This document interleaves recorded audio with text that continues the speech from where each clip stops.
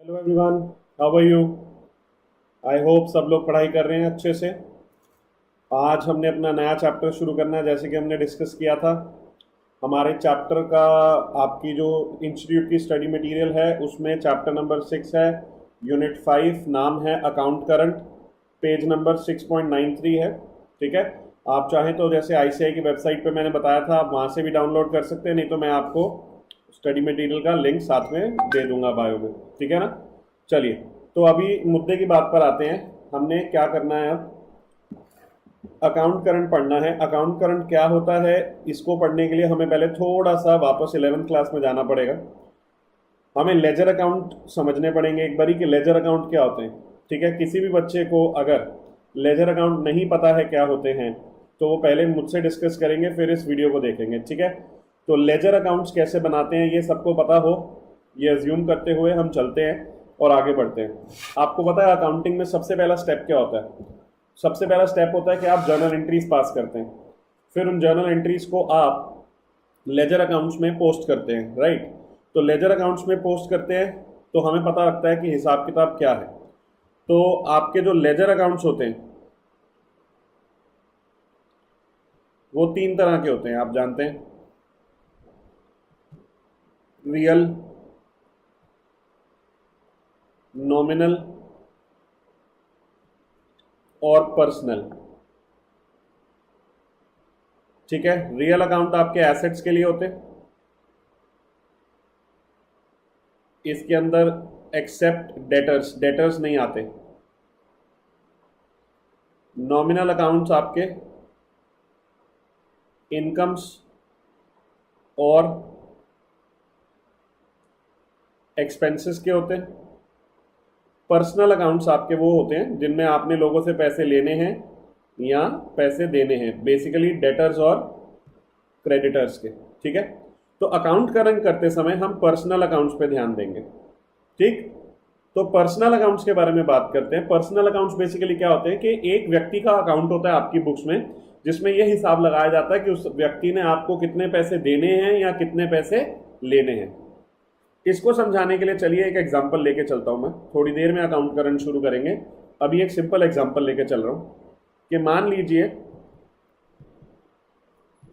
In the books of x एक बंदा है। क्या है इसका नाम, in the books of x. तो बंदे का नाम है एक्स, हम उसकी बुक्स बना रहे हैं। Following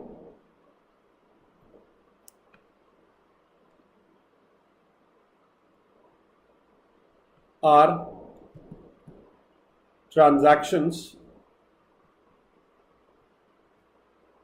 with Mr Y. तो एक्स की बुक्स में हम मिस्टर वाई की ट्रांजैक्शंस देख रहे हैं। सिंपल सी बात लेके चलते हैं। लेट्स से हमारा जो फाइनेंशियल ईयर है वो अप्रैल में शुरू होता है। तो 1 अप्रैल को आपने परचेज करे हैं गुड्स फ्रॉम बाय, लेट से 2,000 रुपए के। फिर 5 अप्रैल को आपने फिर से परचेज करी गुड्स फ्रॉम वाई 5,000 रुपए की। लेट से अब 20 अप्रैल को आपने इस बार परचेज नहीं करी, थोड़ा सामान उसको बेच दिया, सोल्ड गुड्स टू वाई 1,000 रुपए की। फिर 1 मई को रिसीव्ड, या रिसीव थोड़ी नहीं, मेड पेमेंट टू वाई 1,500 रुपए की। उसको 1,500 रुपये आपने दिए, आपने उससे सामान खरीदा था ना, तो थोड़ी सी आपने उसको पेमेंट कर दी। फिर लेट से 15 मई को फिर से आपने उससे सामान खरीदा, परचेज गुड्स फ्रॉम वाई, इस बार 3,000 रुपए का। चलो इतनी ट्रांजैक्शन लेके चलते हैं। ठीक है। तो अब इसका अगर लेजर अकाउंट बनाना पड़े बेटा, तो लेजर अकाउंट कैसे बनेगा सोचो। आप एक वाई का अकाउंट बनाओगे, ठीक है। आप एक वाई अकाउंट बनाओगे, सबसे पहले देखोगे कि हमने इससे परचेज करी है गुड्स, वाई से। परचेज की एंट्री क्या होती है, purchase account debit to Y, तो वाई के क्रेडिट साइड पे आ जाएगा बाय परचेजेस 2,000 रुपये, और ऑब्वियसली डेट भी डाल देंगे 1 अप्रैल की। फिर 5 अप्रैल को आपने फिर से सामान परचेज किया 5,000 रुपये का, तो फिर से बाय परचेजेस 5,000 रुपये। फिर आपने सामान सेल किया उसे 1,000 रुपये का, तो 20 अप्रैल को 2 सेल्स 1,000 रुपये। फिर आपने उसको पेमेंट करी है, पेमेंट मेड टू वाई 1,500, तो पेमेंट की एंट्री क्या आएगी, Y account debit to bank. Assume कर रहे हैं कि आपने बैंक से पेमेंट करी है, तो टू बैंक 1,500। फिर आपने उससे फिर से सामान खरीद लिया 15 मई को, बाय परचेजेस 3,000 रुपये। तो ये लेजर अकाउंट बनाने का फायदा क्या हुआ कि हम चाहें तो जैसे मई के एंड में हम पता लगा सकते हैं कितना बैलेंस है, तो हम पता लगा सकते हैं कि इस साइड पे 10,000 रुपये का टोटल है, इस साइड पे भी 10,000 आना, और 8,500 रुपीज अभी भी आपने वाई के देने हैं। ये तो लेजर अकाउंट आ गया, ठीक है, इतना तो आपने पढ़ रखा है। तो ये लेजर अकाउंट का फायदा है कि हमें फाइनल बैलेंस पता लग जाता है आउटस्टैंडिंग। बट बेटा इसके अंदर एक चीज कमी है। अगर मैं आपसे कहूं कि इस एग्जाम्पल में हम वाई पे जब भी सामान खरीदेंगे तो हमें उसको पेमेंट कैश करनी थी, और अगर नहीं करें तो इंटरेस्ट पे करना है @5% पर एनम, और अगर हमने उससे पैसे लिए हैं तो हमें उसको इंटरेस्ट देना है, और अगर उसने हमसे सामान खरीदा है या उसने हमसे पैसे लिए तो उसने भी हमें इंटरेस्ट देना है 5% का। तो इंटरेस्ट तो daily by daily basis calculate होना चाहिए, लेकिन ट्रांजैक्शंस बहुत ज्यादा है, और लेजर अकाउंट में तो मेरे को फाइनल अमाउंट पता चल रहा है, लेकिन इसके अंदर इंटरेस्ट कहां पे पता चल रहा है, नहीं पता चल रहा ना इंटरेस्ट। तो फिर ये जो इंटरेस्ट वाला पोर्शन है ये क्वेश्चन मार्क रह गया ना। तो ये इंटरेस्ट की कैलकुलेशन साथ में करने के लिए हमें एक नई चीज सीखनी पड़ेगी, जो होती है अकाउंट करंट। तो अब एक काम करते हैं, लिखते हैं इसकी डेफिनेशन अकाउंट करंट की। लिखते हैं it is a running statement of account in which we calculate the amount due to या due from a person along with the calculation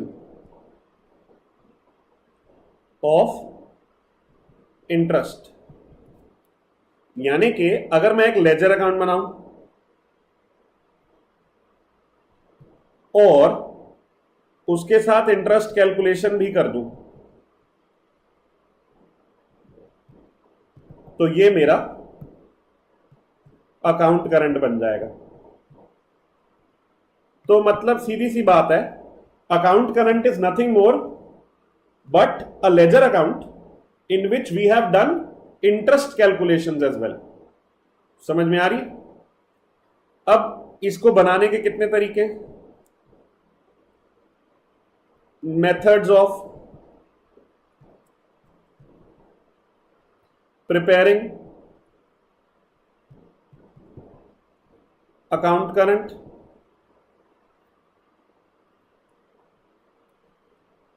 हमारे पास कुल मिला के 3 मेथड है अकाउंट करंट बनाने के। पहला है interest on individual transaction method. दूसरा है product of individual transaction method. और आखिरी है प्रोडक्ट ऑफ बैलेंसेस मेथड। ठीक है, अगर मैं आपको इस चैप्टर के बारे में बताऊं तो ज्यादा बड़ा नहीं है, करीबन करीबन 3 क्लासेस इसमें लगेंगी। ठीक है, और 3 क्लास में ये चैप्टर कर लेंगे। पहली 2 क्लास में हम ये 2 मेथड करेंगे। ये 2 मेथड बेटा जी आपस में बहुत रिलेटेड हैं, समझ लो एक दूसरे की मासी के लड़के हैं। ये वाला मेथड अगर आपको एक बारी में समझ आ गया तो दूसरा मेथड आपको मुफ्त में मिल जाएगा बेटा, समझ में आ जाएगा। तो interest on individual transaction method और product of individual transaction method दोनों सिमिलर तरीके के हैं, बस एक स्टेप की हेर फेर है और कुछ नहीं। ठीक है, प्रोडक्ट ऑफ बैलेंसेस मेथड थोड़ा सा अलग बन जाता है, ये हम अलग से लास्ट क्लास में करेंगे। ठीक है, तो आज आपको मैं interest on individual transaction method बताता हूं कैसे करना है। ठीक है, तो हमारी हेडिंग हो जाएगी पहले interest on individual transaction method. Interest on individual transaction method, इसको समझाने के लिए मैं आपको एज यूजुअल प्रैक्टिकल स्टेप्स लिखवाऊंगा जो आपको क्वेश्चन करने में काम आएंगे, और साथ के साथ ही हम एक इलस्ट्रेशन अपनी बुक से करेंगे। ठीक है, तैयार है सब लोग? चलो, आपने अभी सिर्फ स्टेप्स लिखने हैं, क्वेश्चन मैं सॉल्व कराऊंगा। ठीक है, उसको साथ साथ में कॉपी मत करना, जो क्वेश्चन मैं क्लास में करा दूंगा एक बार घर पे उसकी प्रैक्टिस कर लेना बस। ठीक है ना, क्लियर है? चलो, तो प्रैक्टिकल स्टेप्स हमने करने हैं। Step number 1, draw up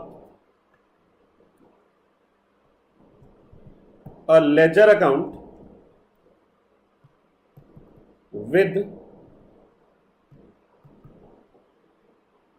3 additional columns on both sides। Both side माने एक डेबिट साइड होता है, क्रेडिट साइड होता है ना, ऑफ द अकाउंट। अच्छा जी, ऐसा करना है।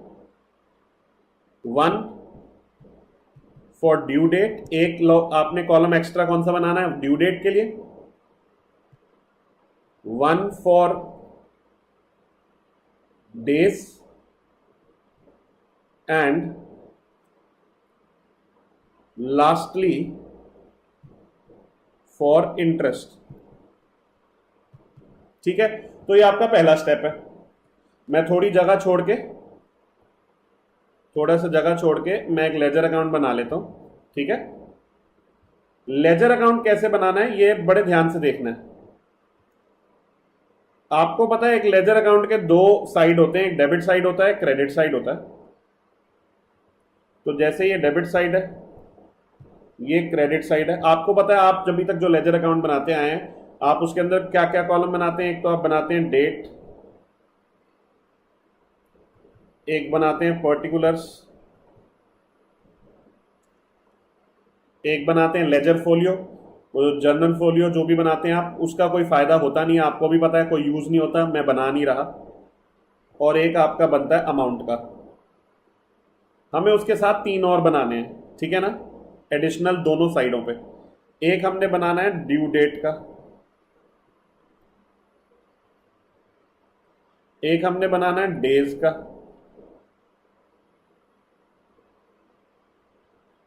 और इसको थोड़ा मैं उधर सरका देता हूं। लास्टली हमें बनाना है इंटरेस्ट का। वैसे ही दूसरे साइड पे आप नॉर्मल कॉलम बनाएंगे, डेट, पर्टिकुलर्स,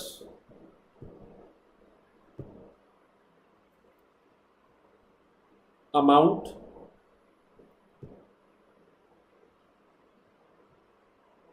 फिर आपका एक्स्ट्रा वाले ड्यू डेट। बेटा आप अपने रजिस्टर में ध्यान से बनाइएगा, जगह को मैनेज करके, मेरे पास तो अनलिमिटेड जगह है, ठीक है ना। ड्यू डेट, डेज, और आखिरी कौन सा है भाई, इंटरेस्ट। तो ये हमारा स्टेप हो गया, ठीक है ना। तो हमें ये कहा गया कि हमें ऐसा एक अकाउंट बनाना है, ठीक। तो देखिए नॉर्मल अकाउंट है, डेबिट क्रेडिट दो साइड है, नॉर्मल कॉलम है, उनमें तीन तीन कॉलम दोनों साइडों पे एक्स्ट्रा डाल दिए। क्लियर है यहां तक? चलो फिर सेकंड स्टेप क्या है वो देखते हैं।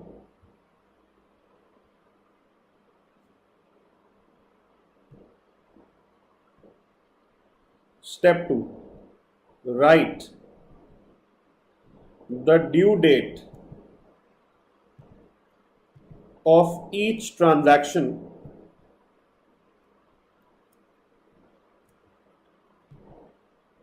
in the due date column, ठीक है जी। तो इसके लिए काम करते हैं, क्वेश्चन साथ साथ में देख लेते हैं। आपका ये यूनिट 5 है,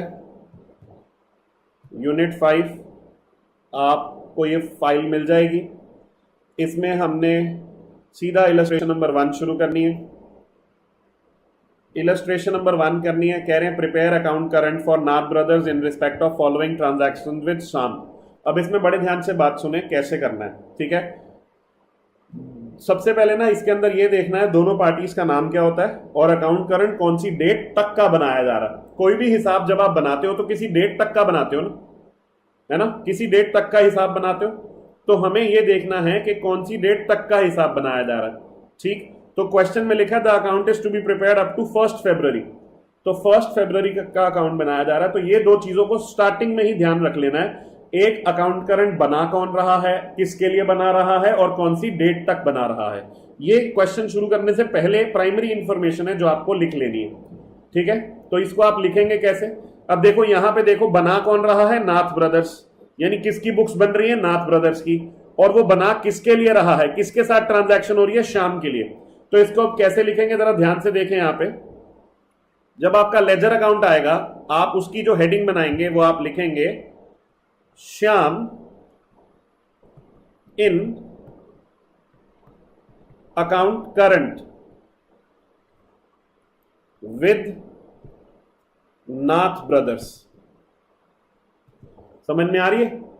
ऐसे लिखना है, यानी जिस व्यक्ति का अकाउंट बन रहा है उसका नाम आगे आएगा, जो व्यक्ति बना रहा है यानी जिस व्यक्ति की बुक्स हैं उसका नाम पीछे आएगा। और आप उसको ऐसे ही लिखेंगे कि Shyam in account current with Nath brothers, ठीक है। और कौन सी डेट तक के लिए बन रहा है, अप टू 1 फरवरी, ठीक है ना। तो ये डेट ऑफ अकाउंट करंट हो गई कि 1 फरवरी तक का हिसाब कर रहे हैं, 1 फरवरी तक का ब्याज निकालेंगे, ठीक है। इतना समझ में आता है?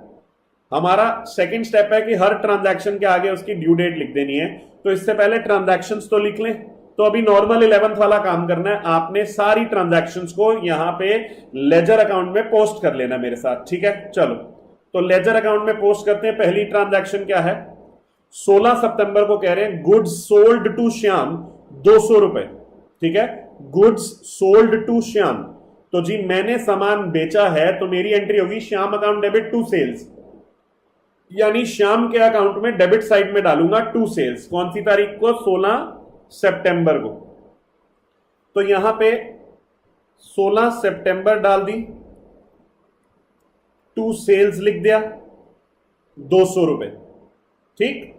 चलो आगे बताया हुआ है ड्यू ऑन 1 अक्टूबर, यानी हमने शाम को 16 सितंबर को सामान बेचा और मैंने कहा भाई देख ऐसा है पैसे दे दियो 1 अक्टूबर तक, यानी 16 सितंबर से लेकर 1 अक्टूबर तक मैं उससे ब्याज नहीं चार्ज करूंगा, ठीक है। लेकिन 1 अक्टूबर से अगर वो पेमेंट लेट करता है तो उस पर ब्याज चार्ज होना शुरू हो जाएगा। क्वेश्चन में लिखा है 6% पर एनम में, एक साल में 365 दिन अज्यूम करने, ठीक। तो भाई उसकी ड्यू डेट क्या हो गई फिर, 1 अक्टूबर ही तो हो गई। अगर इस क्वेश्चन में इसकी ड्यू डेट ना लिखी होती तो हम ये मानते कोई क्रेडिट पीरियड ही नहीं है और हम 16 सितंबर को ही ड्यू डेट ले लेते, ठीक है। तो यहां पे ड्यू डेट उसकी ट्रांजैक्शन की क्या लिख देंगे, 1 अक्टूबर, क्लियर है, ड्यू डेट। नेक्स्ट ट्रांजैक्शन, अक्टूबर 1 को cash received from Shyam 90। Cash आपने कितना रिसीव किया श्याम से? 90 रुपए। कैश रिसीव करते हैं तो cash account debit to Shyam. तो 1 अक्टूबर को 90 रुपए रिसीव किए हमने, तो 1 अक्टूबर को बाय कैश 90। बेटा कैश पेमेंट या रिसीव की ड्यू डेट वही होती है जो डेट होती है उसकी, यानी ड्यू डेट उसकी 1 अक्टूबर ही लिख देंगे, ठीक है ना? क्लियर है? अभी और समझ में आएगा, अभी मैं सिर्फ 11th वाली बात कर रहा हूं और साथ साथ में ड्यू डेट्स लिखता जा रहा हूं, ठीक? चलो नेक्स्ट ट्रांजैक्शन देखते हैं। अक्टूबर 21 को क्या हुआ? गुड्स परचेज फ्रॉम श्याम, 500 रुपए की हमने गुड्स परचेज करी है श्याम से, ठीक है, और उसकी ड्यू डेट क्या है? 1 दिसंबर। यानी अक्टूबर 21 को माल खरीदा और श्याम हमें कहता है देख 1 दिसंबर तक पैसे दे दियो नहीं तो ब्याज लगा दूंगा, ठीक?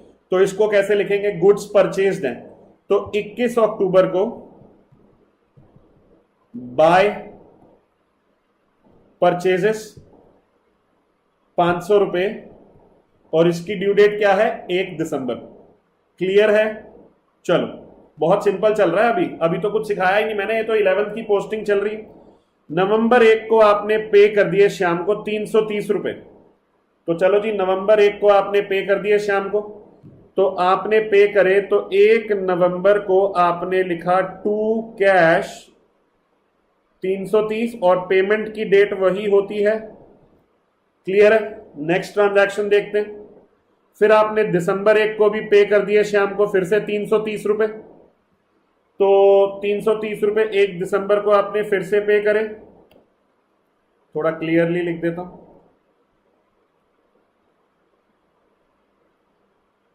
टू कैश डेट वही रहेगी, पेमेंट किया 330 रुपए। फिर नेक्स्ट है दिसंबर 5 को गुड्स परचेज फ्रॉम श्याम, आपने उससे फिर से सामान खरीदा 500 रुपए का और उसकी ड्यू डेट 1 जनवरी है, तो दिसंबर 5 दिसंबर को बाय परचेजेस कितने का सामान है? 500 रुपए का और 1 जनवरी की ड्यू डेट है। फिर से आपने सामान खरीदा 10 दिसंबर को 200 रुपए का, फिर 1 जनवरी की ड्यू डेट है।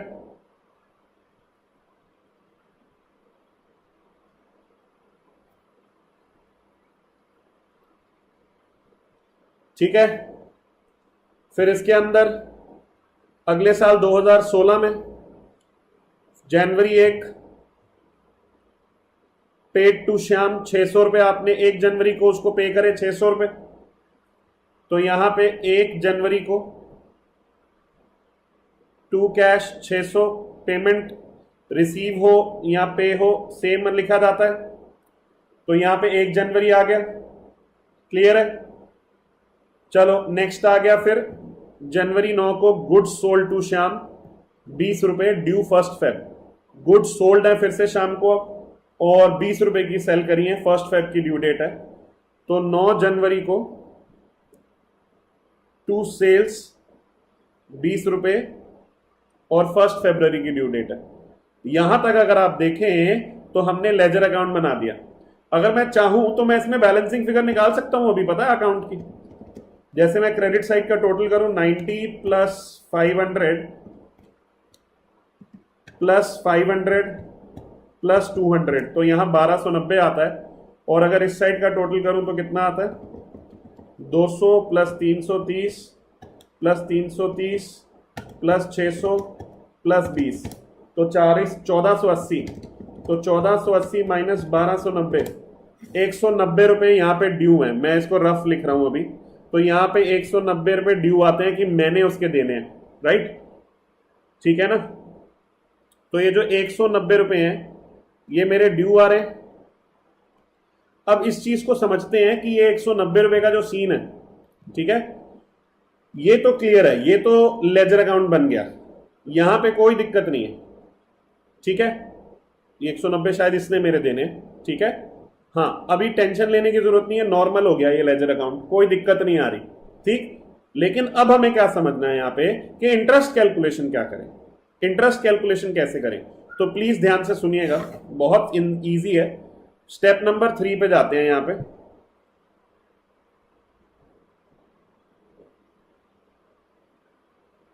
Calculate the number of days from due date of each transaction till the date of closing the account current and write it in the days column। एक इसके अंदर नोट लिखेंगे, ये इस क्वेश्चन में यूज नहीं होगा, बाद में हो जाएगा। In case of opening balance both dates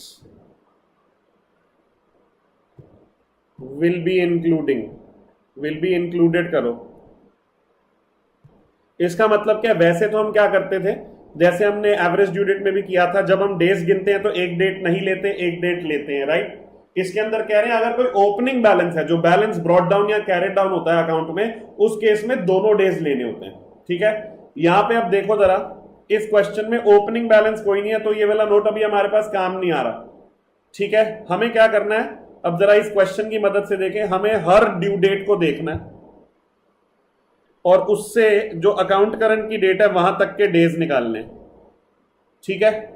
account current की जो डेट है वहां तक के डेज निकालने, और कुछ नहीं करना। चलो मैं रफ में यहां पे गंद नहीं मचाता, थोड़ा नीचे लिख देता हूं। पहली जो ड्यू डेट है वो है मेरी 1 अक्टूबर, और 1 फेब तक के दिन गिनने हैं मुझे, ठीक है ना। 1 अक्टूबर से 1 फेब, अक्टूबर में होते हैं 31 दिन, इसमें से एक ये नहीं लेना है क्योंकि ये ओपनिंग नहीं है, ये balance brought down carried down नहीं है, तो इसलिए 1 अक्टूबर में, अक्टूबर के महीने में हम कितने दिन ले लेंगे, 30, नवंबर में 30, दिसंबर में 31,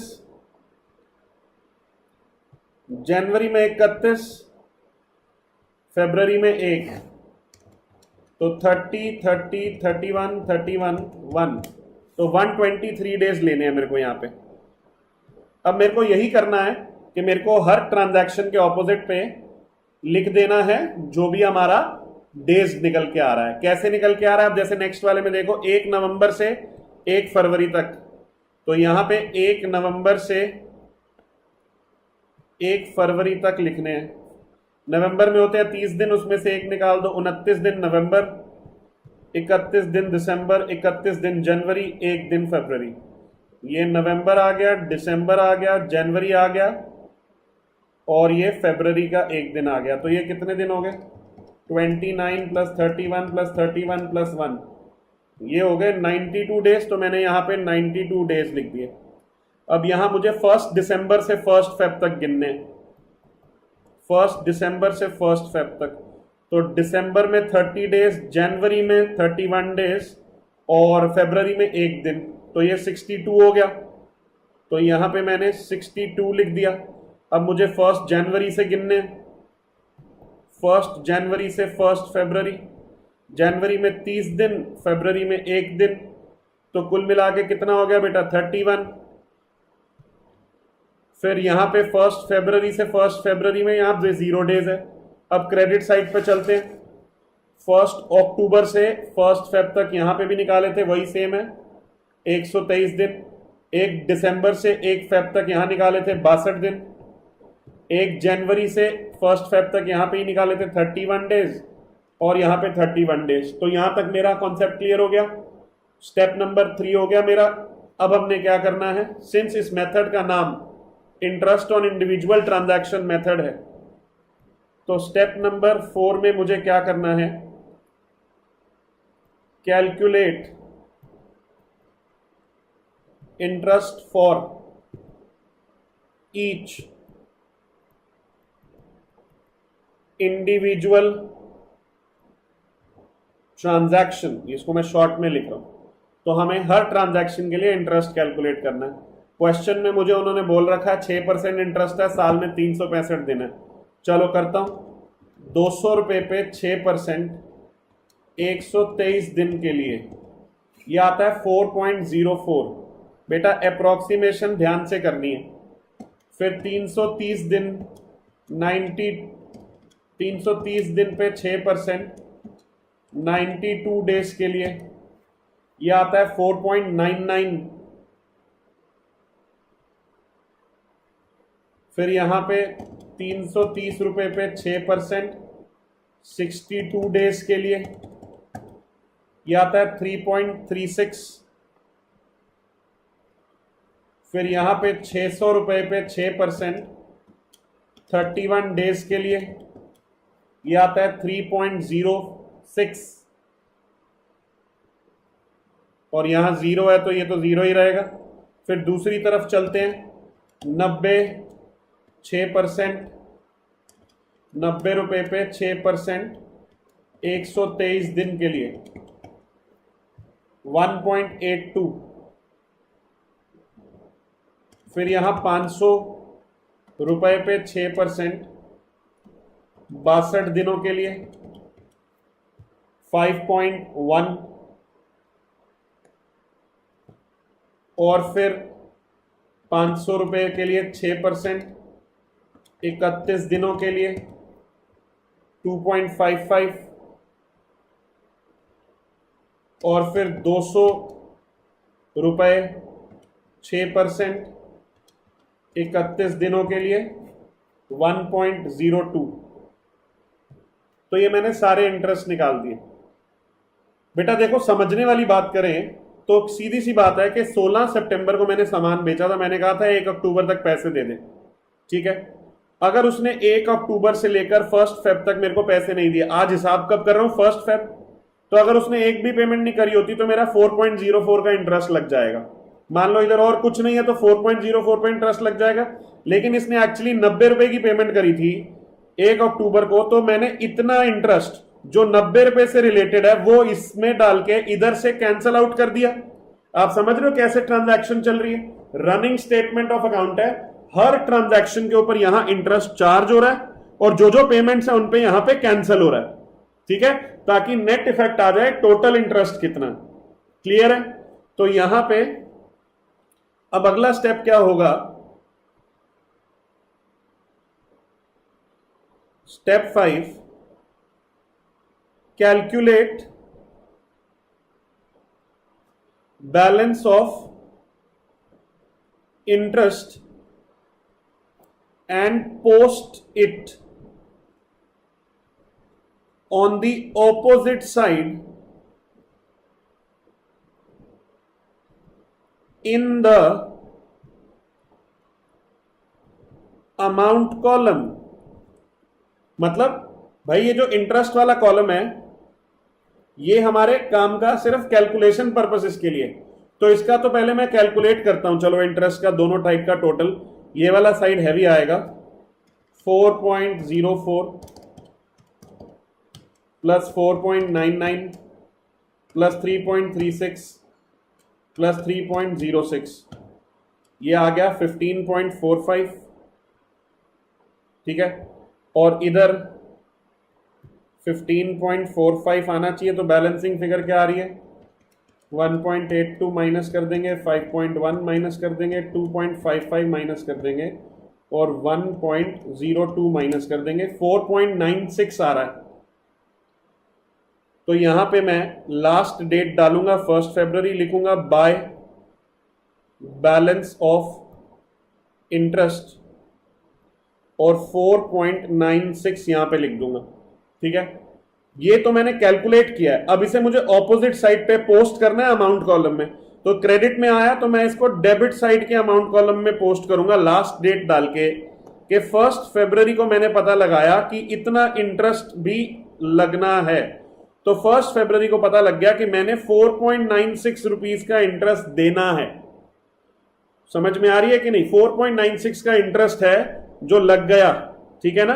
तो 4.96 का इंटरेस्ट, इसको ऑपोजिट साइड पे डाला, ठीक है, तो 4.96 का इंटरेस्ट कैलकुलेट होके आया। अब मैं इस अकाउंट की बैलेंसिंग फिगर निकालूंगा। अब इस अकाउंट की बैलेंसिंग फिगर निकालूंगा, अकाउंट को टोटल करके यहां पे 200 प्लस 330 प्लस 330 प्लस 600 रुपए प्लस 20 रुपए प्लस 4.96, तो ये हो गया 1484.96। और फिर दूसरे साइड पे मैं निकाल दूंगा 1 फरवरी को ही बाय बैलेंस कैरेट डाउन, ठीक है, बाय बैलेंस कैरेट डाउन 90 रुपए, 500 रुपए, 500 रुपए, 200 रुपए, ये 1290 आता है। 1484.96 में से 1290 रुपए काटेंगे तो 194.96 आ जाएगा।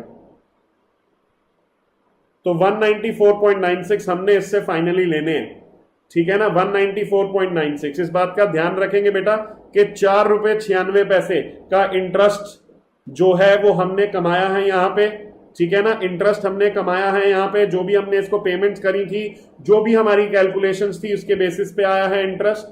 Is that clear? 194.96 का हमारा आंसर बचा। अब इसको मैच करते हैं अपने इलस्ट्रेशन से, देखो जरा, यहां पे आंसर है 4.97 और 194.97, 0.01 का फर्क है हमारी कैलकुलेशन में। वो अप्रोक्सीमेशन में हो सकता है एक आधी जगह इनका और मेरा हेर फेर हो, ठीक है ना, तो इस बात का ध्यान रखना है। बस ये यहाँ पे इन्होंने 5 ले लिया, मैंने 4.99 लिया था, ठीक है ना, बस इतना फर्क है। ये वाला मैंने 4.99 लिया, इन्होंने 5 ले लिया, 0.01 का फर्क है बेटा। आपको समझ में आया कि कैलकुलेशन कैसे करी गई? ठीक है, इतनी सी बात क्लियर है बेटा, तो हम आगे बढ़ सकते हैं। प्लीज इस बात का ध्यान रखें, लेजर अकाउंट बनाना है और साथ में 3 एडिशनल कॉलम कैलकुलेशन के करने, ठीक है, क्लियर है? तो ये कौन सा मेथड था बेटा? ये मैंने आपको स्टेप्स भी लिखवा दिए, 5 स्टेप्स लिखवा दिए। ये कौन सा मेथड था? इस मेथड की अगर हम बात करें तो ये था interest on individual transactions method, ठीक है, interest on individual transactions method, तो ये हमारा मेथड था। क्लियर है? चलो अब आगे बढ़ते हैं। हमारा नेक्स्ट मेथड जो साथ में ही हमने करना है वो है product of individual transaction method. मैंने आपसे कहा था ये पहले वाले मेथड का ही मासी का लड़का है, बहुत इजी है, हम इसी क्वेश्चन में थोड़ी सी फेरबदल करके इसे सॉल्व कर सकते हैं। It is just a step change. क्या स्टेप चेंज हो रहा है जरा मैं आपको ध्यान से बताता हूं। इसमें आपने क्या किया, आपने हर ट्रांजैक्शन के लिए अलग अलग इंटरेस्ट कैलकुलेशन करी, जो थोड़ा सा मेहनत वाला काम हो रहा था। इसके अंदर अगर हम एक स्टेप बदल के शॉर्टकट मार लें तो मेरा नेक्स्ट मेथड बन जाएगा। कैसे? एक काम करता हूं, चलो मैं इसको मिटा देता हूं, सारी इंटरेस्ट कैलकुलेशन मिटा रहा हूं मैं, चलो ठीक है, और इंटरेस्ट की जगह प्रोडक्ट लिख देता हूं। यहां पे भी यही किया मैंने, सारी इंटरेस्ट कैलकुलेशन मिटा दी। यहां पे इंटरेस्ट की जगह क्या लिख दिया? प्रोडक्ट। अब मैं क्या करूंगा, अमाउंट को डेज से मल्टीप्लाई करके यहां प्रोडक्ट लिख दूंगा बस। तो जैसे 200 इंटू 123 करूंगा 24,600 आएगा। फिर 330 इंटू 92 करूंगा तो 30360 आएगा। फिर 330 इंटू 62 करूंगा तो 20460 आएगा। फिर 600 इंटू 31 करूंगा तो 18,600 आएगा। और 20 इंटू 0 करूंगा तो 0 आएगा। दूसरे तरफ करता हूं 90 इंटू 123, 90 इंटू 123 ये 11,070 आया। फिर 500 इंटू 62 ये 31,000 आया।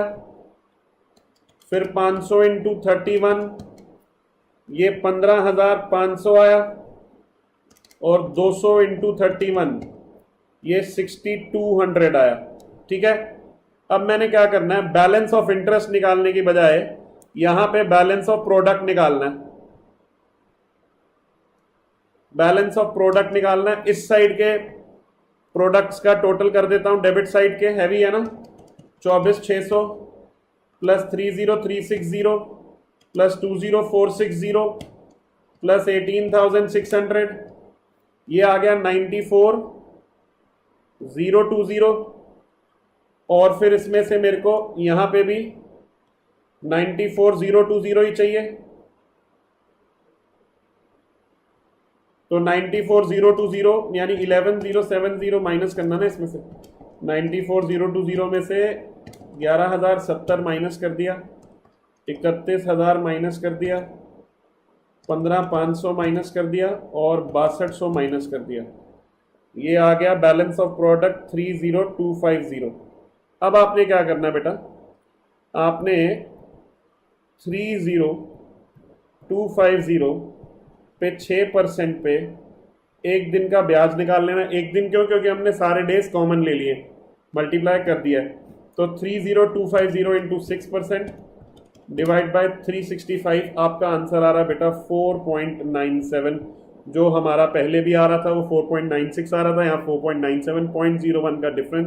आपको वही प्रोडक्ट जिस साइड पे आता है उस साइड के ऑपोजिट साइड पे आप पोस्टिंग करेंगे इंटरेस्ट की, तो वही यहाँ पे 4.96 ही रहने देता हूं और सेम बैलेंस आ जाएगा। तो अगर आप देखें तो interest on individual transaction method और product of individual transaction method दोनों में बिल्कुल कोई खासा फर्क नहीं है। क्लियर है बेटा जी, समझ में आ रही है इतनी सी बात? ठीक है, इसको ध्यान में रखना है कि ये क्वेश्चन कैसे कैलकुलेट हो रहे हैं। सिंपल है, लेजर अकाउंट है, लेजर अकाउंट के दोनों साइड, क्रेडिट साइड और डेबिट साइड, दोनों साइड एडिशनली सिर्फ आप 3-3 कॉलम ऐड कर रहे हैं। 3-3 कॉलम ऐड करने का क्या फायदा हो रहा है, आप इंटरेस्ट की कैलकुलेशन साइड बाय साइड कर रहे हैं। इस बात को समझना बहुत जरूरी है कि आप इंटरेस्ट की कैलकुलेशन साइड बाय साइड कर रहे हैं।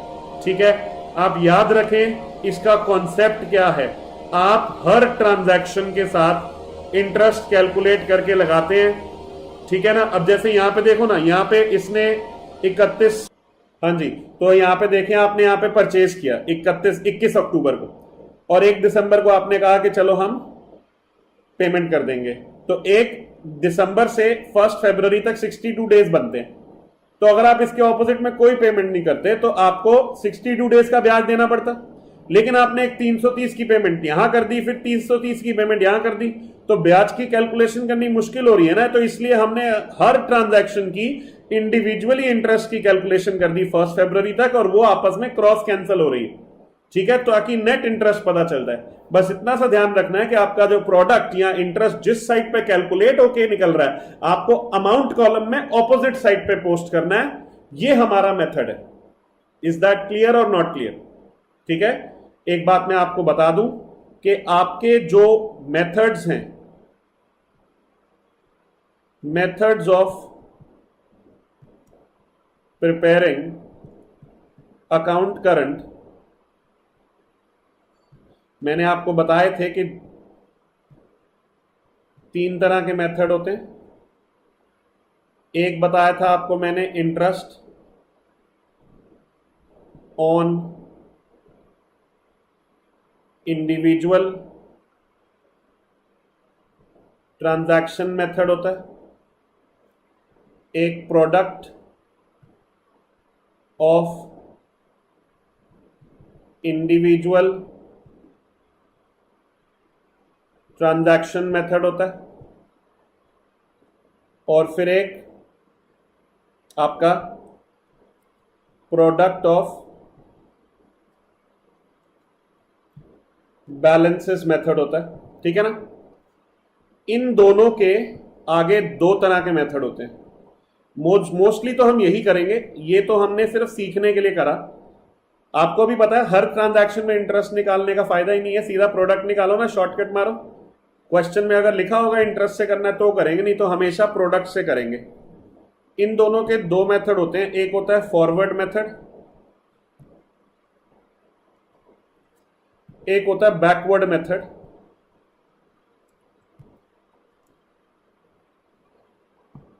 फॉरवर्ड मेथड है जो अभी हमने किया है। बैकवर्ड मेथड का एक और नाम होता है, इसे इपोक मेथड भी कहते हैं। ये हमने अभी नहीं करना है, हमने इसे नेक्स्ट क्लास में करना है। नेक्स्ट क्लास में हम दो टॉपिक करेंगे, एक होगा रेड इंक इंटरेस्ट और एक होगा बैकवर्ड यानी के इपोक मेथड। ठीक है ना? तो अभी आपका होमवर्क क्या है? एक तो आपने ये इलस्ट्रेशन नंबर 1 करनी है, ठीक है, अपने आप करनी है। प्रोडक्ट मेथड से कर लेना, क्वेश्चन में प्रोडक्ट मेथड से भी सोल्यूशन दे रखा है आगे पेपर में, बुक में। ठीक है, ये वाला एग्जाम्पल मत करना, इसमें फॉरवर्ड और बैकवर्ड कर रखा है, ये आप नहीं कर। ठीक है, एक मिनट मेरे को ये देखने दो, ये वाला क्वेश्चन कर पाओगे कि नहीं। 31 अगस्त है, जुलाई जून, हाँ ठीक है। तो ये वाला आपका होमवर्क है, इलस्ट्रेशन नंबर 2। तो इलस्ट्रेशन नंबर 1 और 2 दोनों आपने अपने आप करनी है। ठीक है, अभी बेटा चैप्टर थोड़े आपके इजी वाले शुरू कराए हैं मैंने, थोड़ा आराम से पेस पकड़ेंगे धीरे धीरे। अभी आपकी क्लास की ड्यूरेशन भी थोड़ी कम रखता हूँ ताकि आपको ज़्यादा प्रेशर ना स्टार्टिंग में लगे, फिर धीरे धीरे इस ड्यूरेशन को बढ़ाते भी जाएंगे बेटा। ये क्लास 1 घंटे से ऊपर, सवा घंटा, 1.5 घंटा तक भी जाएगी। ठीक है ना? तो चिंता मत करो, धीरे धीरे पेस बढ़ाते चलेंगे और धीरे धीरे आगे बढ़ते चलेंगे। बस साथ में होमवर्क करते रहो और जैसे ही होमवर्क करो मेरे को ग्रुप पे इन्फॉर्म भी कर दो। ठीक है, ध्यान से इस बात का आपको याद रखना है, ध्यान रखना है और पढ़ते रहना है। ठीक है ना? बिल्कुल भी लथार्जिक नहीं होना है। ठीक है, आपको पढ़ाई करनी है। ऑल राइट, चलो, थैंक यू।